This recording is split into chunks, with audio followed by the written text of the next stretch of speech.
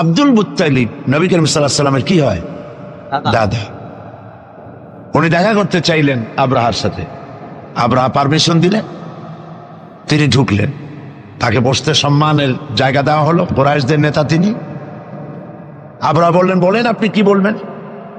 Abdul Muttalib বললেন, আমি জানতে পেরেছি যে তোমার সৈন্যরা আমার জনগণের এবং আমার উট, দুম্বা, ভেড়া সমানে দখল করতেছে, জবাই করতেছে আর পাইকারি ধরে খাইতেছে।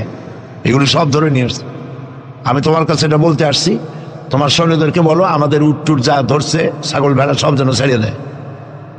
আব্রাহা কই যে আশ্চর্য কথা, আমি মনে করেছিলাম যে তুমি কাবা শরীফ ভাঙতে আসছি আমি, আমারে অনুনয় বিনয় করে তুমি বলবা যে কাবা ঘর রক্ষা করো, তুমি ভাঙবো না।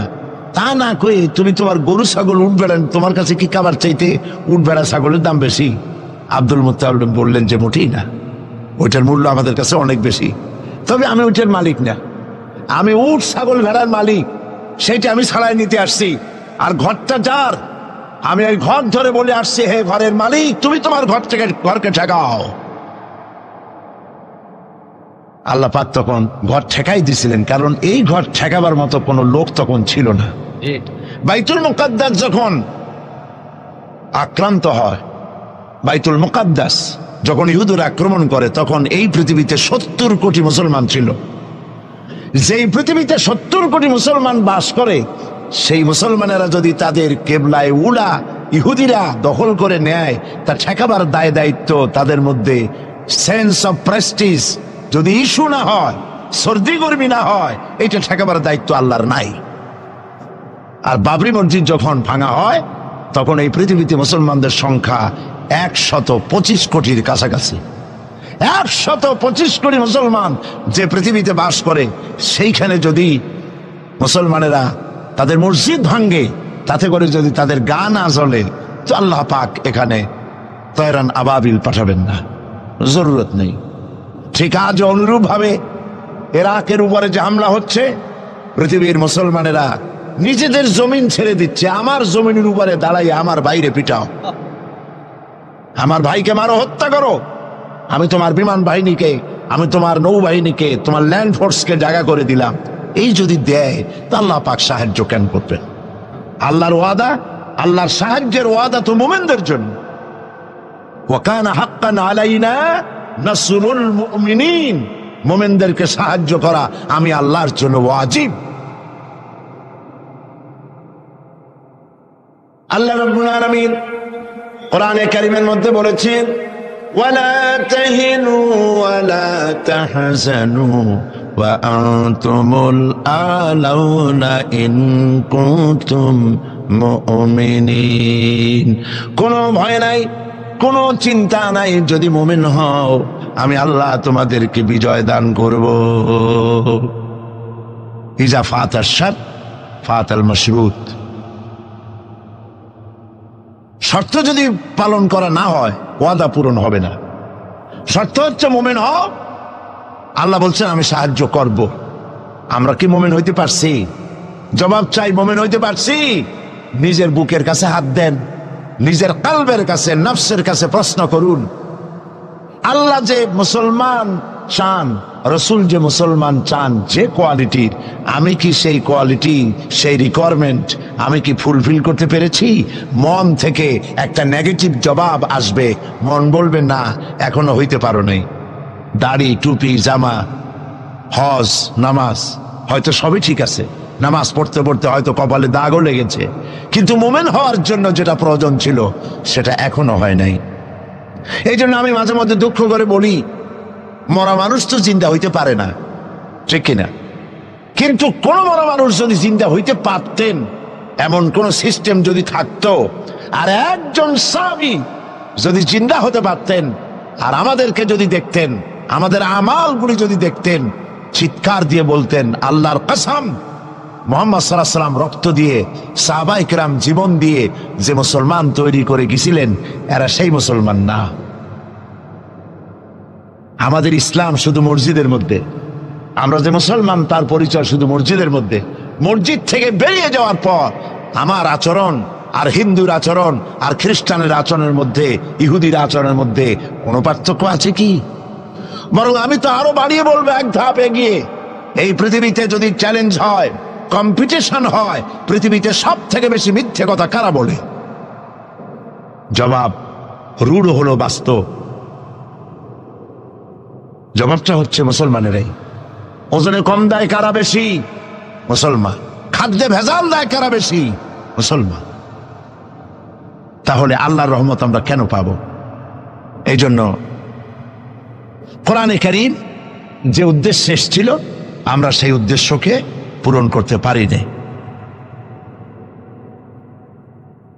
কোরআন শরীফ, সুবহানাল্লাহ, সুবহানাল্লাহ, কোরআন একটি বর্ণ মুহাম্মদ সাল্লাল্লাহু আলাইহি ওয়াসাল্লামের বানানো এর মধ্যে নাই। আল্লাহু আকবার।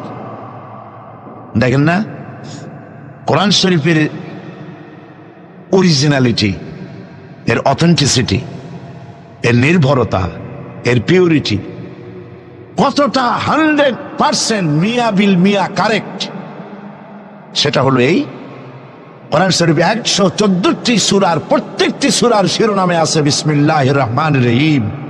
একটা সূরায় নাই। কোন সূরা? কেন নাই?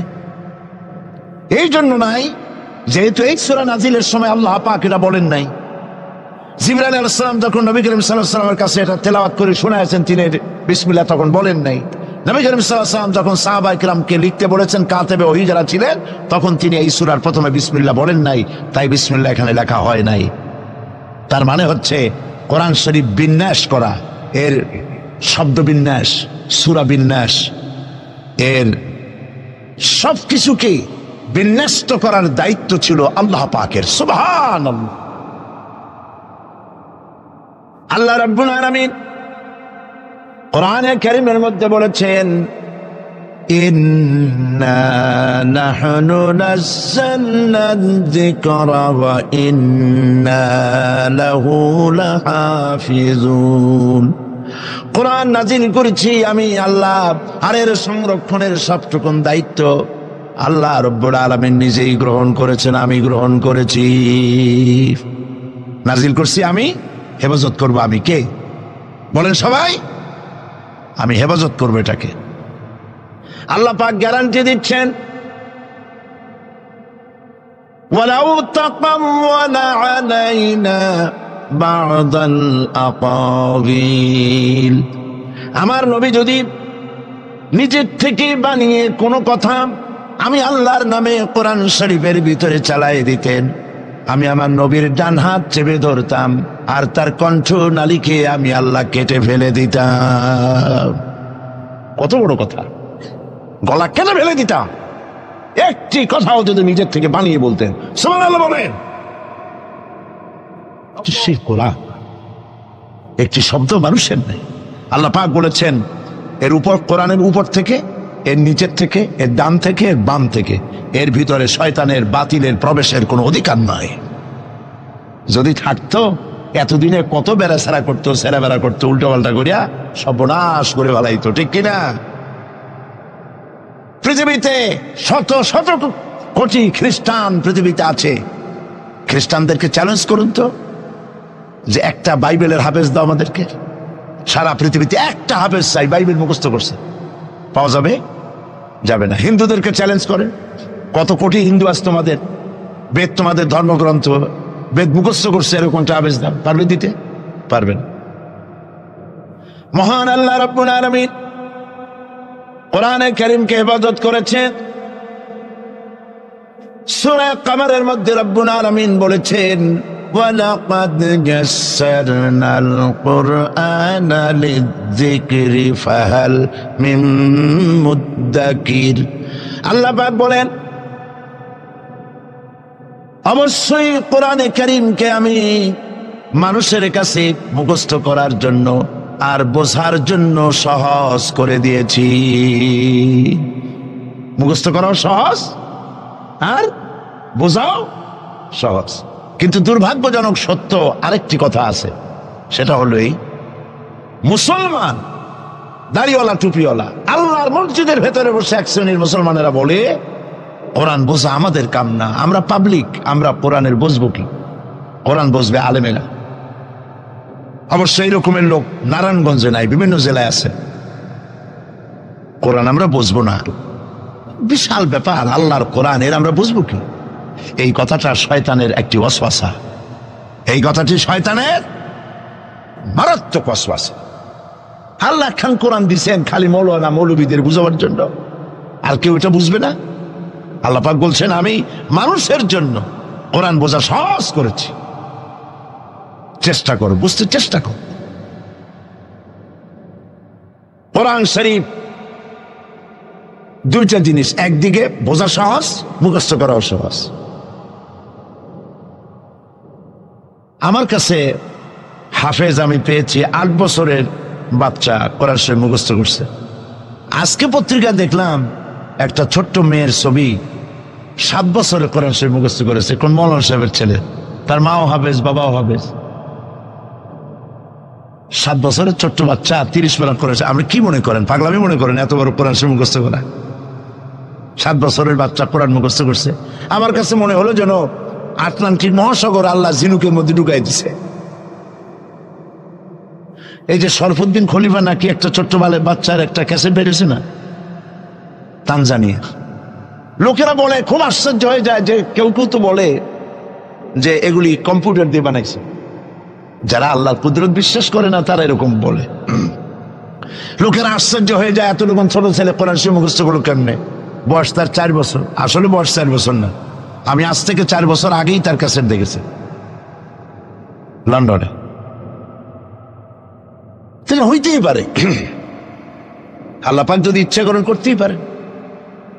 চিন্তা করে দেখেন না, একটা লোক 40 বছর পর্যন্ত লেখাপড়া জান, লিখতেও পারেন না, পড়তেও পারেন না, নামও সই করতে পারেন না, কোন রাজনৈতিক ব্যক্তিদের সাথে ওঠা বসা করেন নাই, কোন কবি সাহিত্যিকদের সাথে ওঠা বসা করেন নাই।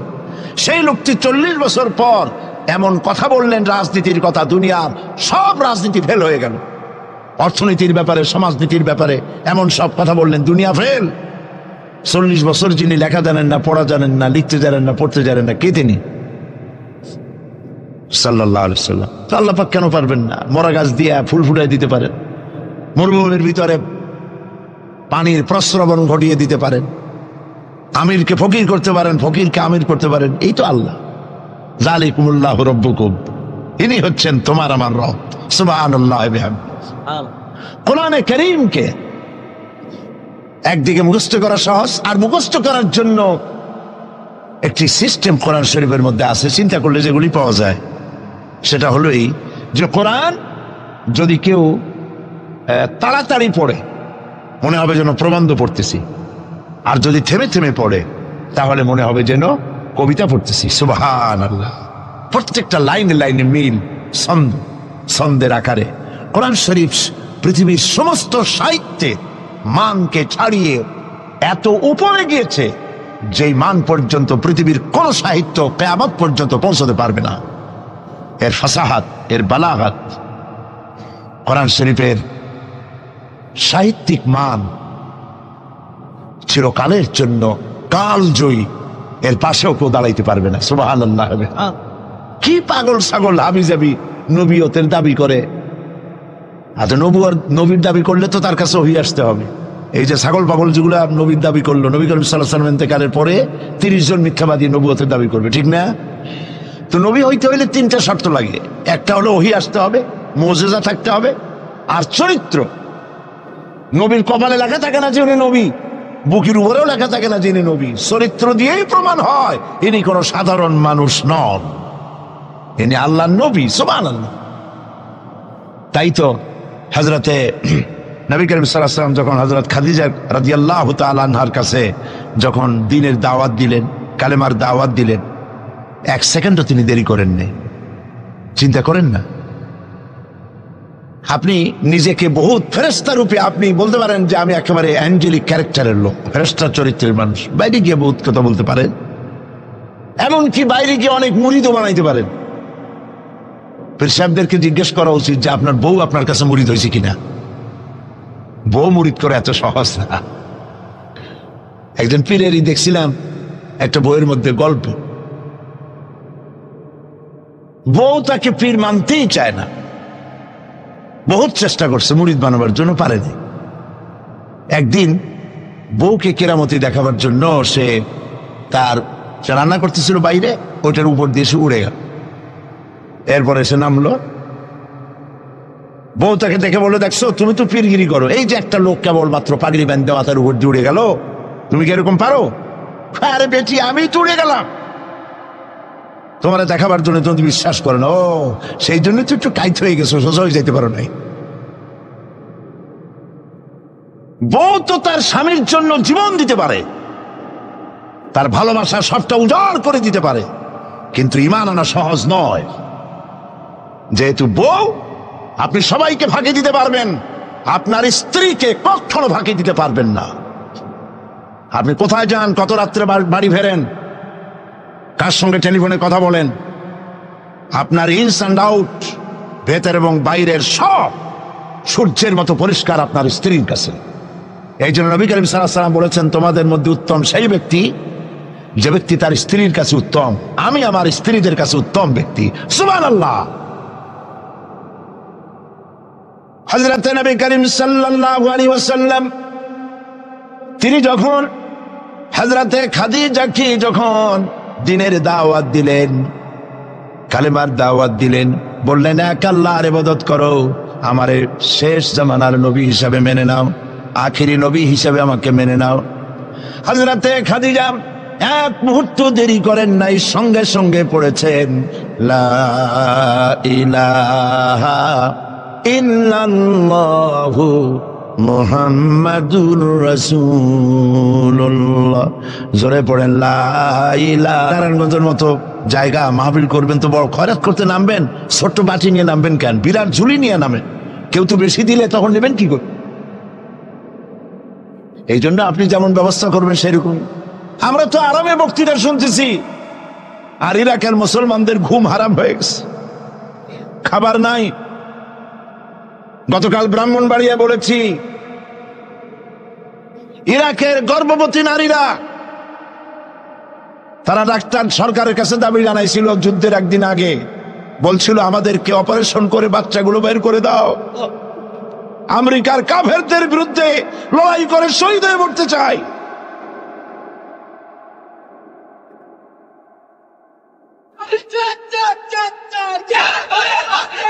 আমরা কিচ্ছু করতে পারবো না, কিন্তু দোয়া করতে পারবো। কি করতে পারবো? তবে দোয়া কবুল হোক আর না হোক এই নিয়ে তাড়াহুড়ো করবেন না। অনেকে মনে করে দোয়া তো করছিলাম, আফগানের জন্য হয়েছে কি? এই জাতীয় কথা বলা ইমানের বিপরীত, ইমানের খেলাফ। আপনার দোয়া কবুল করতে আল্লাহ বাধ্য নন। ফাআলুল লিমা ইউরিদ, যা খুশি তাই করেন। সুবহানাল্লাহ বলো। এই দোয়া যে করি, এই দোয়া কবুল আজ হবে, কাল হবে, অথবা 5 বছর 10 বছর পরে হবে, অথবা কবুল যদি না হয়, শাহনশাহ রব্বুল আলামিনের দরবারে দোয়া করা হয়েছে, এজন্য আল্লাহ পাক কিয়ামতে মর্যাদা বৃদ্ধি করে দিবেন। দোয়া করতেই হবে, দোয়া ছাড়া পথ নাই। কাজে বসবেন, হাঁটাহাঁটি করা ঠিক না। হযরতে খাদিজাতুল কুবরা রাদিয়াল্লাহু তাআলা আনহা ঈমান এনে কালেমা পড়ে বললেন কি জানেন? বললেন আবাল কাসেম, হে কাসেমের পিতা, হে কাসেমের পিতা,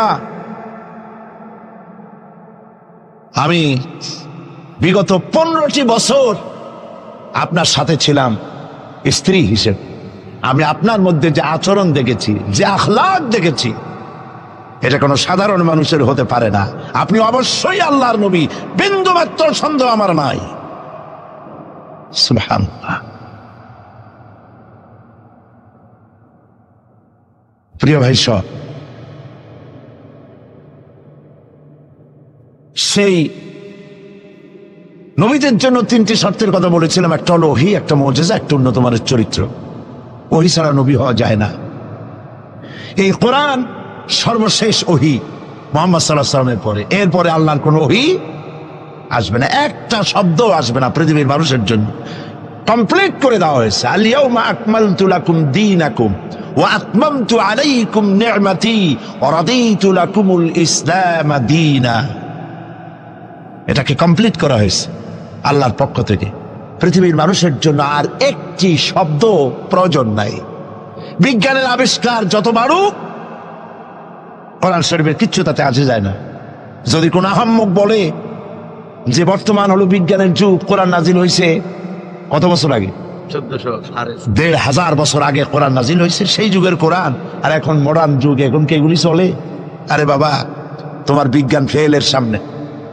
বিজ্ঞানের থিওরি হচ্ছে, বিজ্ঞানের একটি থিওরি এই যে বিজ্ঞানের কোন থিওরি ফাইনাল নয়।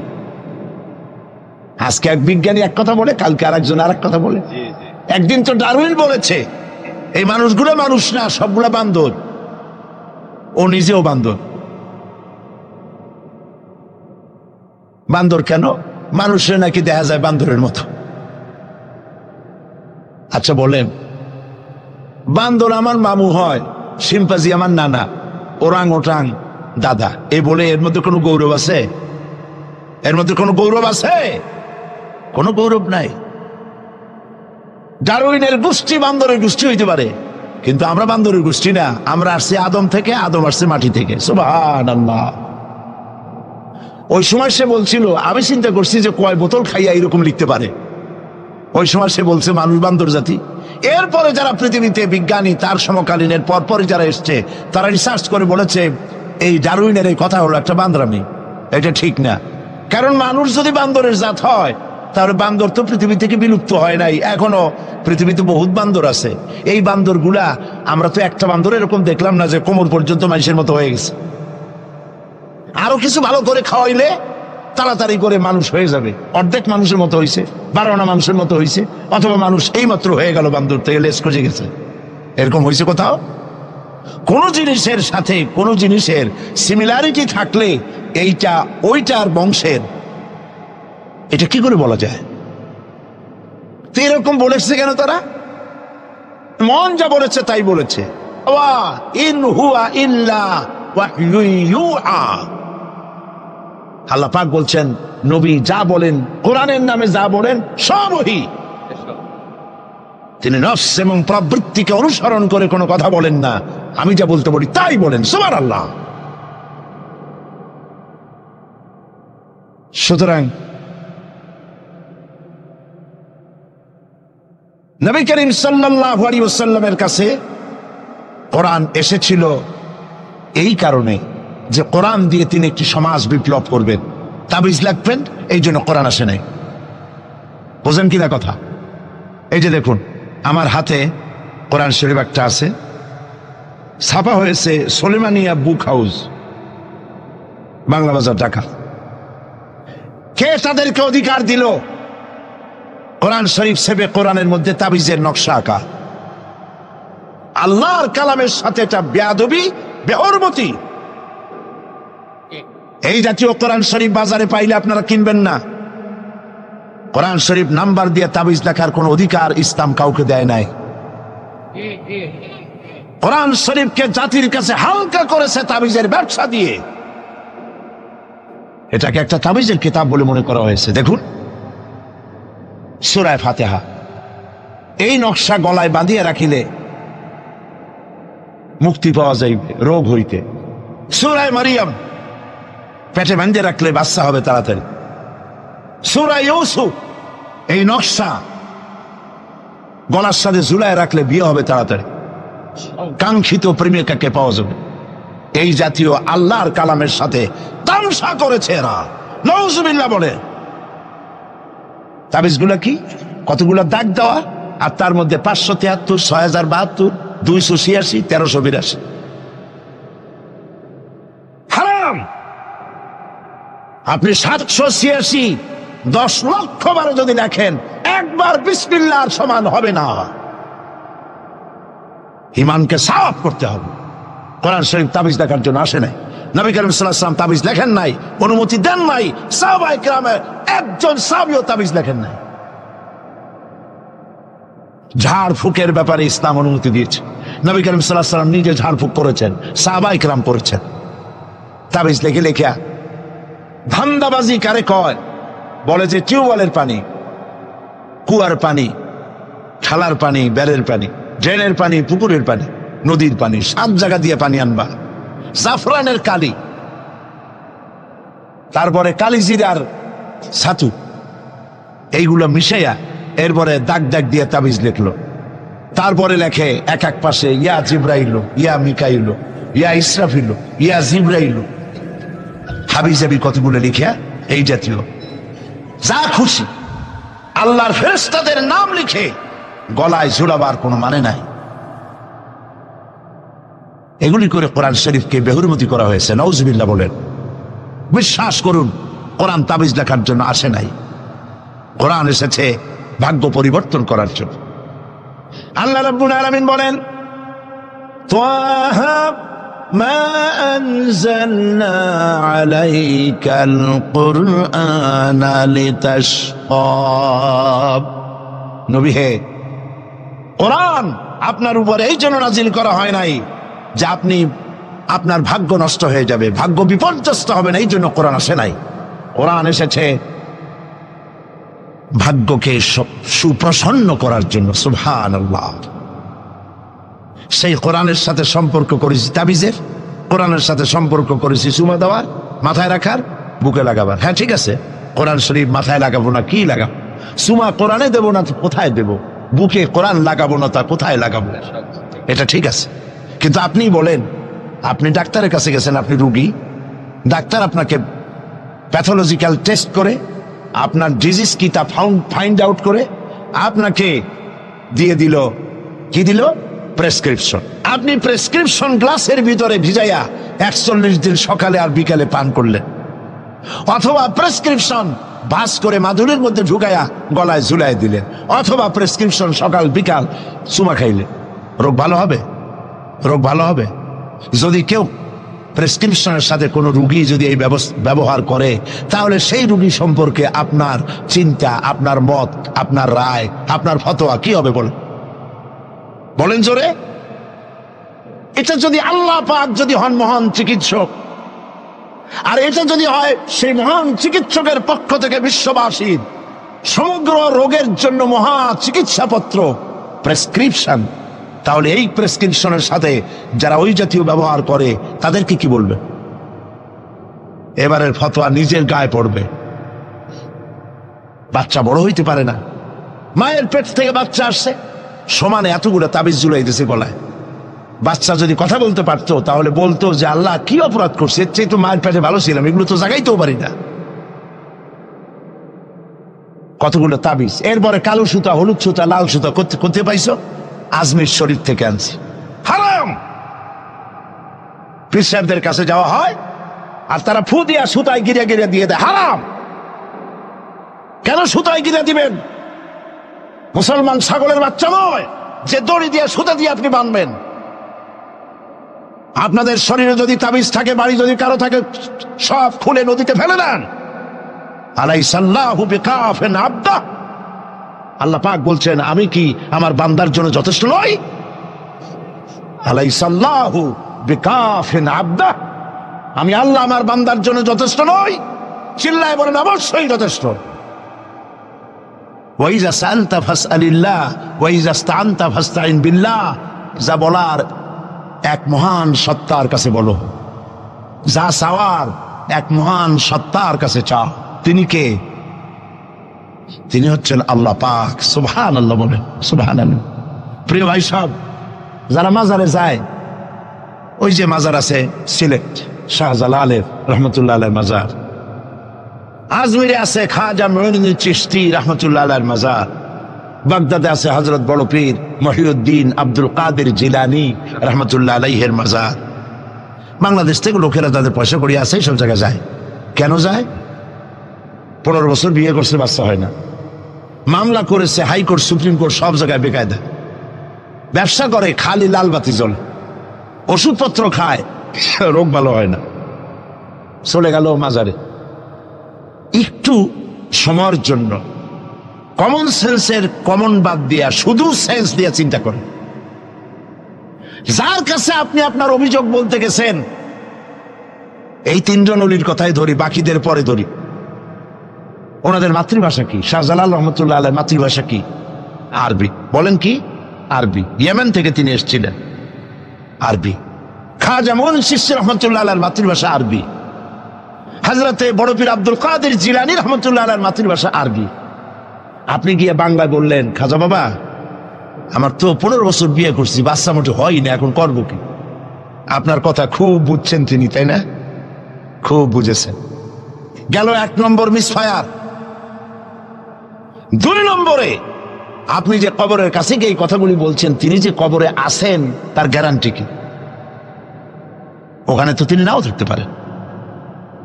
সাধারণ এমপি মন্ত্রী কোন জেলায় যদি যায়, সরকারের মেহমানখানা আছে, নাম কি? Circuit house. মেহমান যে আন্দাজের, সরকারের তেমন ব্যবস্থা আছে, ডাকবাংলা আছে, রেস্ট হাউস আছে, সার্কিট হাউস আছে, ঠিক না?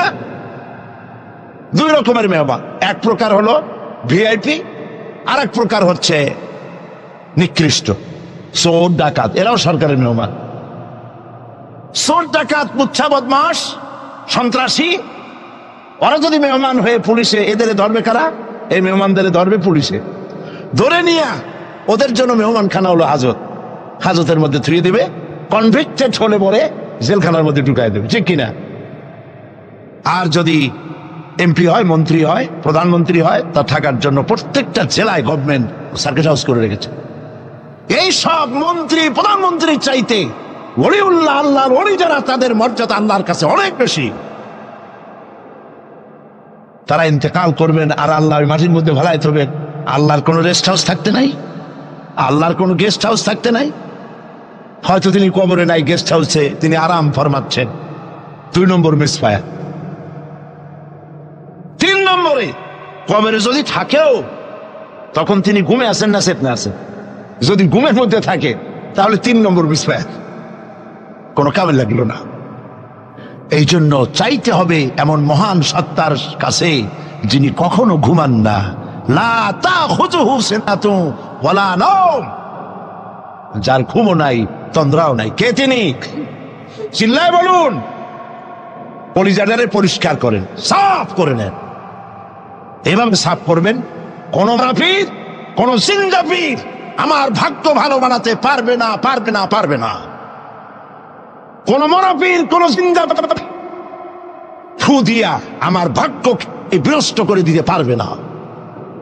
খায়রিহি ওয়া শাররিহি মিনাল্লাহি তাআলা, আমার ভালো আমার মন্দ কেবলমাত্র এক মহান সত্তার মুষ্টির ভিতরে নিবদ্ধ, তিনি আল্লাহ রব্বুল ইজ্জত ওয়াল জালাল।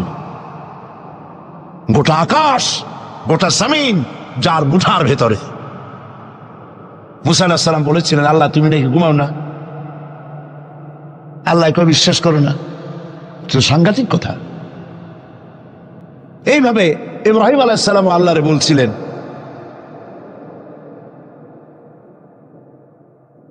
রব্বি আরিনি কাইফা তুহইয়াল মাউতা, আল্লাহ তুমি মরাকে জিন্দা করো কেমনে? আল্লাহ কয়, আওয়ালাম তুমিন, বিশ্বাস করো না? ইব্রাহিম আলাইহিস সালাম কেমন গেছেন? তিনি সাথে সাথে বললেন বালা।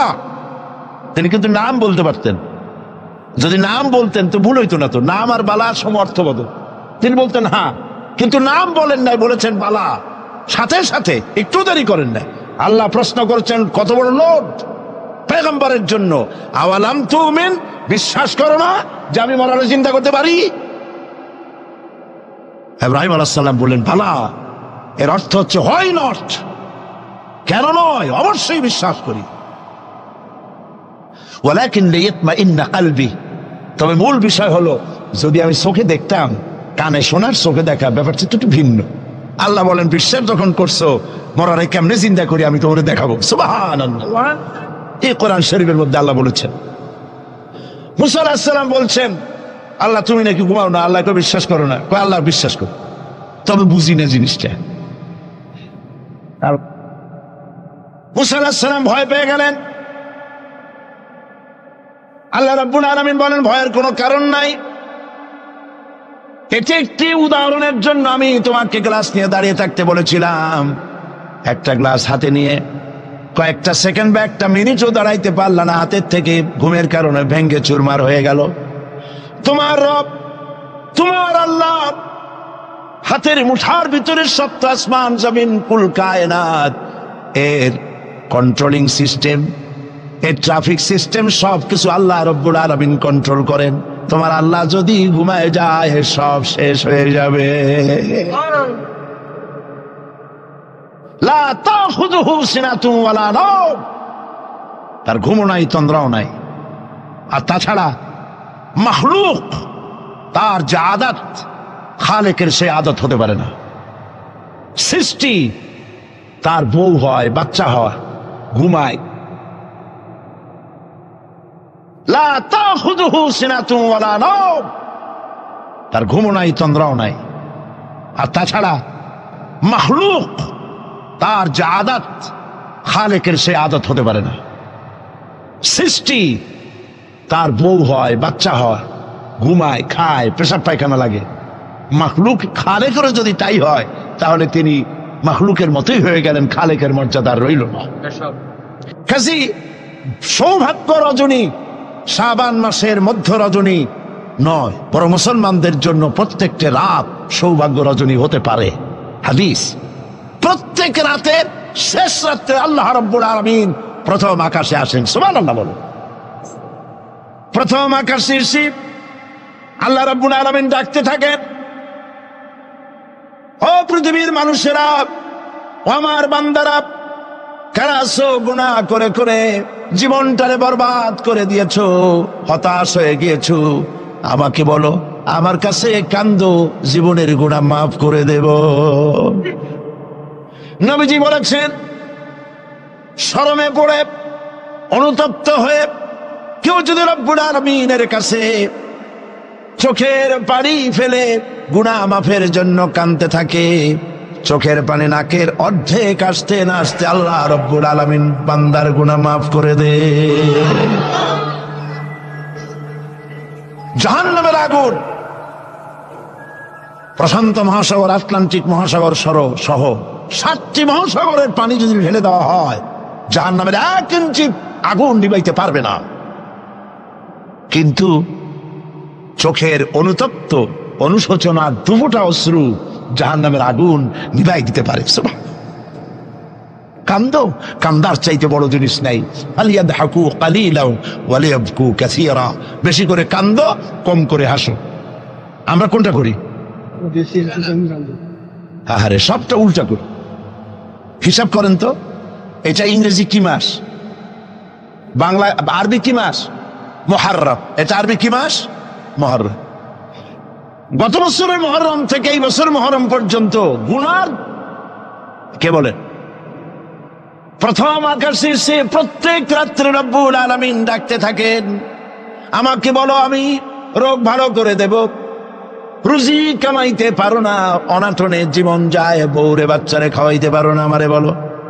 এভাবে আল্লাহ পাক ডাকতে থাকেন।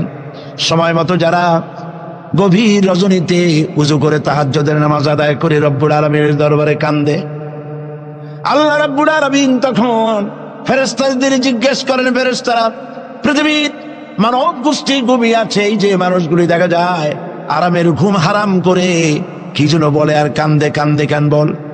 ফেরেশতারা বলে, রব্বুল আলামিন তুমি তো জানো।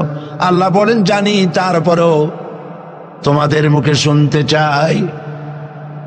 ফেরেশতারা বলে, রব্বুল আলামিন তোমার বান্দা গুনাহ করেছে, গুনাহ দিয়া জীবন নষ্ট করে ফেলেছি, বুঝতে পেরেছে জাহান্নাম ছাড়া কোনো পথ নাই, তারা গুনাহ মাপ চায়, জাহান্নাম থেকে বাঁচতে চায়, জান্নাতে যেতে চায়।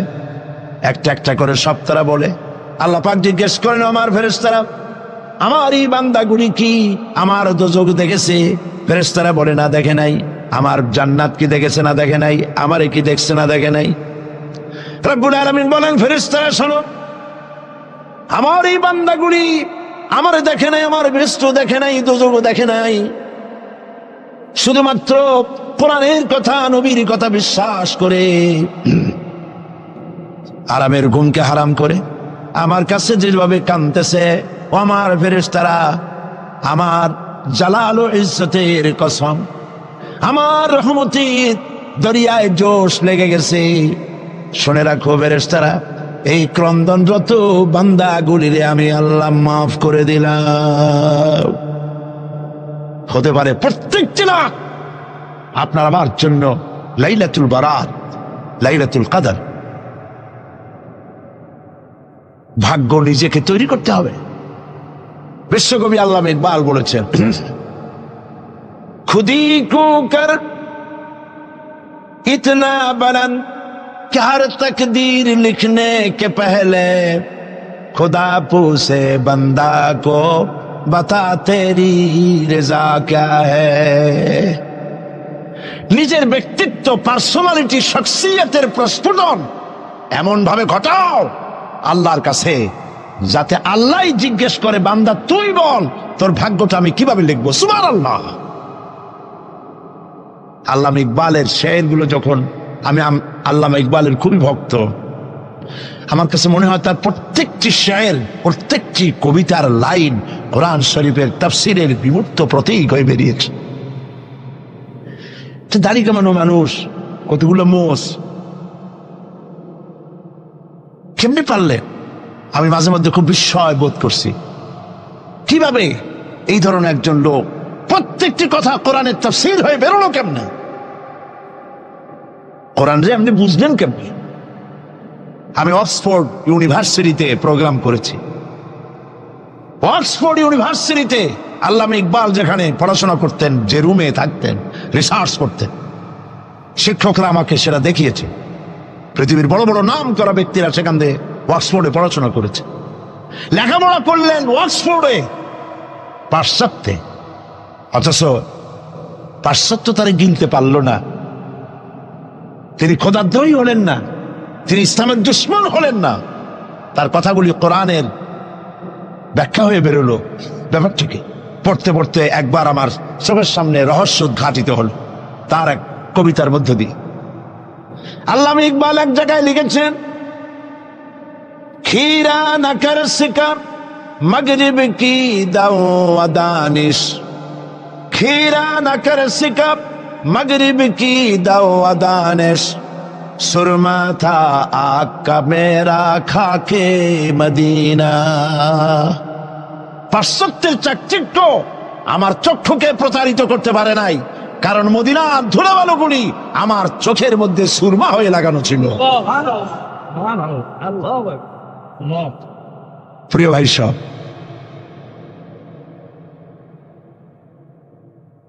ব্যক্তিত্ব এমন তৈরি করতে হবে আল্লাহর দরবারে, আল্লাহ ছাড়া কিছু নেই। এই কলজার ভিতরে আল্লাহ এবং রসুলের মহব্বত ছাড়া সব মহব্বতকে উৎখাত করে দিন। বিবির মহব্বত, বাচ্চার মহব্বত, পৃথিবীর মহব্বত, সব মহব্বতকে এর উপরে স্থান দিতে হবে আল্লাহ এবং রসুল। তাহলেই সঠিক মুসলমান হতে পারবে। আর এইরকম মুসলমান 130 কোটির দরকার নাই, 313 জন যথেষ্ট।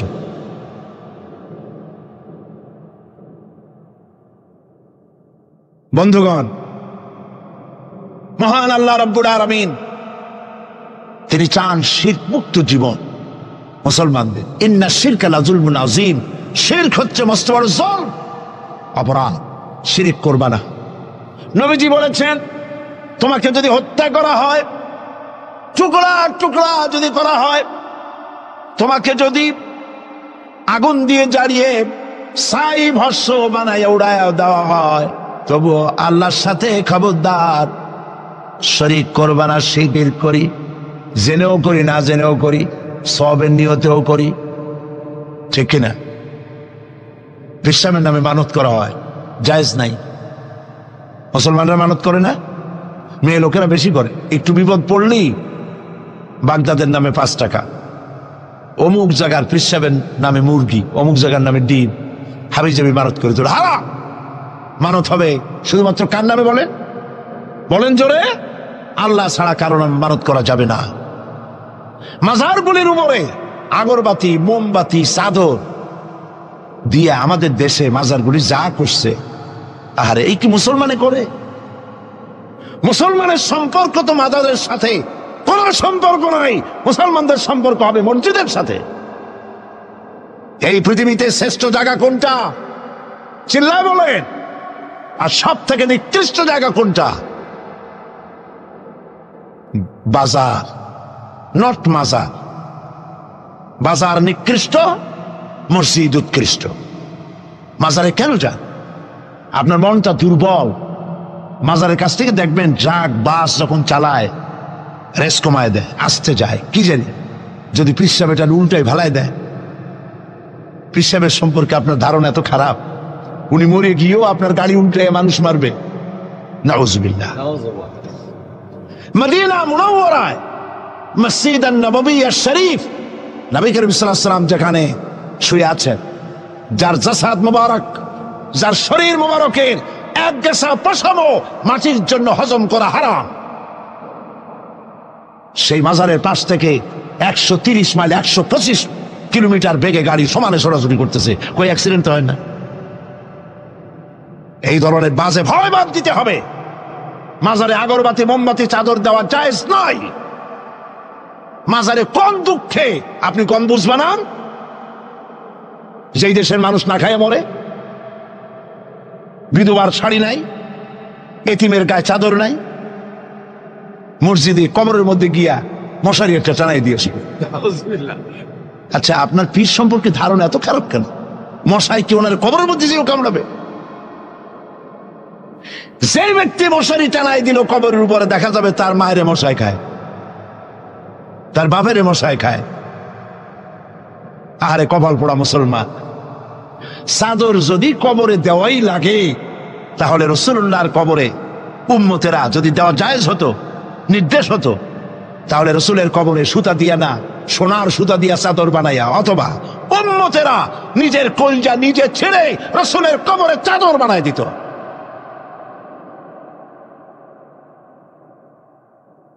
কাজে এগুলি বন্ধ করতে হবে। হাইকোর্টের মাজার, শাহ আলী বাগদাদের মাজার, বিভিন্ন জায়গায় যত মাজার আছে, এই সব মাজারে যাওয়া বন্ধ করে দিতে হবে। এগুলি গভর্নমেন্টের দায়িত্ব হেফাজত করার, আপনার যাওয়ার কোনো দায়িত্ব নাই। এখানে যাওয়ার অর্থই হলো আপনি শিরক করছেন। আপনার মনের ভিতরে দুর্বলতা আছে, ওখানে গেলেই আপনার মনের আশা পুরা হবে। আপনি যাবেন মসজিদে, কোনো বিপদে পড়েছেন, উজু করেন, মসজিদে যান, 2 রাকাত নামাজ পড়েন, কাজায়ে হাজাতের, আল্লাহর কাছে হাত তুলে কান্দেন, দোয়া মঞ্জুর হয়ে যাবে। আলেম হয়, তিনি যদি ব্যবসা না করেন, মানুষকে ধান্দায় না ফেলেন, মানুষকে হেদায়েতের কথা বলেন, আর হেদায়েতের কথা বলতে গিয়ে জেল খাটেন, জরিমানা দেন, কষ্ট হয়, বুঝতে হবে পীর হক। আর যদি কোন পীর হইয়া আর একটা ইসলামী দলকে যদি বলে যে এরা কোন ইসলামের দলই না, যদি আন্দাজে কথা বলে, ঐক্যের বিরোধিতা করে, ইসলামী ঐক্যের, মুসলমানদের ঐক্যের, তাহলে বুঝতে হবে হয় ভারতের গোলামি করতেছে, না হয় কোন দলের পা চাটা গোলামে পরিণত হয়েছে। প্রিয় ভাই সব, এই জন্য কথা পরিষ্কার, কথা পরিষ্কার। কেউ আমার দাওয়াত দেউক আর না দেউক, এতে আমার কিছু আসে যায় না। আমি কারো চাকরি করি না, হক কথা বলবই, হক কথা বলবই বিইজনিল্লাহ, বিমাশিয়াতিল্লাহ তাআলা। মাজার পূজা বন্ধ করতে হবে, এটা পূজা, এই পূজা বন্ধ করতে হবে। পারবেন? পারবেন আপনারা? ওয়াদা করতে হবে আজ থেকে কোন মাজারে টাকা পয়সা, আগরবাতি মোমবাতি, মানত ছানত কিচ্ছু করব না। রাজি আছেন? 2 হাত উঁচু করে দেখা, 2 স্লোগান লাগবে না, হাত দুটো উঁচু করে রাখেন, আল্লাহ দেখলে খুশি হইব। আলহামদুলিল্লাহ, হাত নামা। আল্লাহ ভিক্ষুকরা কোনোদিন বড় লোক হইতে পারে না, কারণ হাত এইরকম করার অভ্যাস হয়ে গেলে সেদিকে আল্লাহর রহমতের নজর পড়ে না। এই রকমের হাতের চাইতে এই রকমের হাতের মর্যাদা বেশি। হাতটা এইরকম করতে শিখতে হবে। খালি মুরিদেরা দেবে, আর 2 হাত দিয়া পকেট 14-15টা একটা জামায় সমানে টাকা ঢুকাইতে থাকে। একটা ফু দিলেও 5 টাকা কমে ফু দিতে চায় না, ফুও বিক্রি করে। আল্লাহ হেদায়েত করুন, বলেন আমি। এগুলি ব্যবসা। কাছেরটাও খায়, তলারটাও খায়, দুধও খায়, সরও খায়। উপর দিয়ে মনে হয় খুব সুবিসা হুজুর, আমাকে পীর কিছু করে না। খোঁজ নিয়ে দেখেন ঢাকায় কতগুলি দোকানের মালিক, সুপার মার্কেটের মালিক, বাসের ব্যবসা, ট্রান্সপোর্টের ব্যবসা, গাড়ির ব্যবসা, বহুত কিছু আছে। কাজেই খালি মুখ দিয়া ভেতরে ঢুকে দেখতে হবে। বাইরের কিছু চাকচিক্য দেখে বিভ্রান্ত হবেন না। এর মধ্যে না চাইলে বিরক্ত হয়। সুবহানাল্লাহ কবেন না? हर हमेशा देने को वो तैयार है, हर हमेशा देने को वो तैयार है, जो न मांगे उससे वो बेजार है। सब समय দেওয়ার জন্য প্রস্তুত, যে চায় না আল্লাহ তার উপরে বেজার হয়ে যান।